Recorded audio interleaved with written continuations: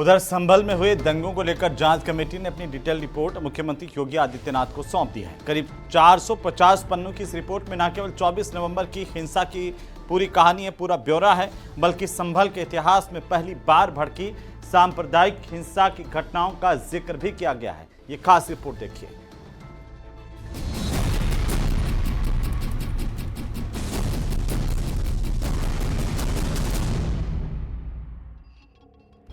संभल में पिछले साल हुई हिंसा के मामलों में गठित कमेटी ने सीएम योगी आदित्यनाथ को रिपोर्ट सौंप दी है। हिंसा के मामले में करीब 450 पन्नों की रिपोर्ट सीएम को सौंपी गई है।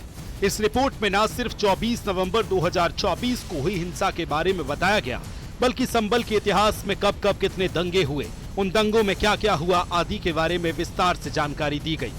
संभल कमेटी रिपोर्ट में और क्या हुआ, सूत्रों की माने तो रिपोर्ट में बताया गया है कि आजादी के पहले संभल में 45% हिंदू थे, लेकिन आज की तारीख में सिर्फ 15% ही हिंदू बचे हुए हैं। इसके पीछे संभल में होने वाले लगातार दंगों और तुष्टीकरण की राजनीति को जिम्मेदार बताया गया है। रिपोर्ट के मुताबिक आजादी के पहले संभल में 55% मुस्लिमों के साथ 45% हिंदू भी रहते थे।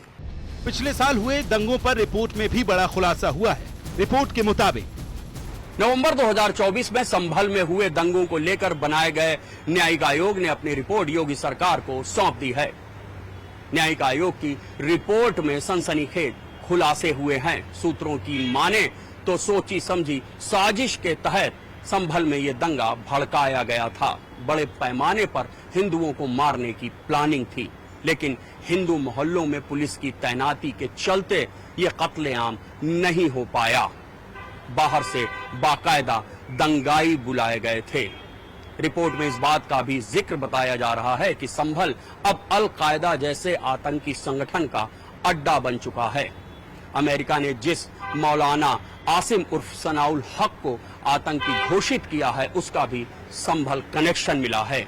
यही नहीं, संभल में बीते काफी समय से अवैध असलहों से लेकर नारकोटिक्स के कारोबारी सक्रिय हैं, लेकिन अब उनके ऊपर सख्त कार्रवाई की जा रही है और संभल में कानून व्यवस्था की स्थिति सामान्य है। आजादी के बाद से संभल में दंगों की बात करें तो अब तक कुल 15 दंगे हो चुके हैं।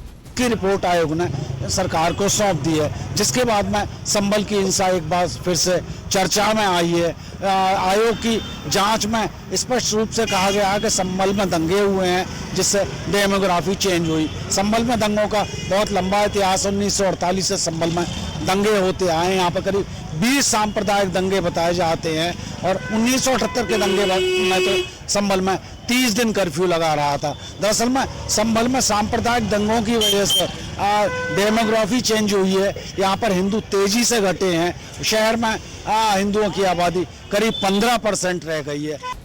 दरअसल साल 2024 में संभल में हुई हिंसा पर उत्तर प्रदेश सरकार ने 3 सदस्यीय जांच टीम बनाई थी। इसमें हाईकोर्ट के पूर्व सेवानिवृत्त जज देवेंद्र अरोड़ा को अध्यक्ष बनाया गया था। रिटायर्ड आईपीएस AK जैन और अमित प्रसाद सदस्य के रूप में शामिल किए गए थे, जिसकी रिपोर्ट में चौंकाने वाले खुलासे हुए हैं।